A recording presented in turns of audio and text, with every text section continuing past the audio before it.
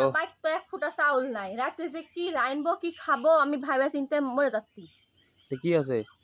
ওই তুমি হাঁসটা ধরো, ধরে আমি ধরে দিচ্ছি, লিয়ে যা বেচে দিয়ে ওই আজকে ওই হাঁসের দাম কত টাকা লাগবে? আমি ধরে নিয়ে আসি হেরে ওই পুরীত গেছে ভয় ধরা দিবে না। ও দাম কত টাকা লাগবে না?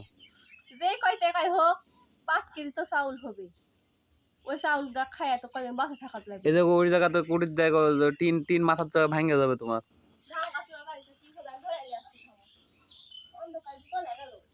দেখো এই ভাঙ্গা চোরা বাড়ি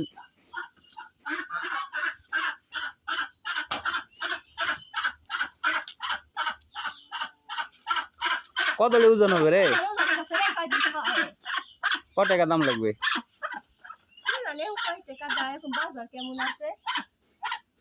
একটা হাঁস ছিল, এই হাঁসটা বেচবেন? কি করবো, অনেক শখের হাঁস ছিল, চুনা হাঁস। চুনার মাংস খেতে অনেক স্বাদ, ডিম দিচ্ছিল রে সাইডটা করে।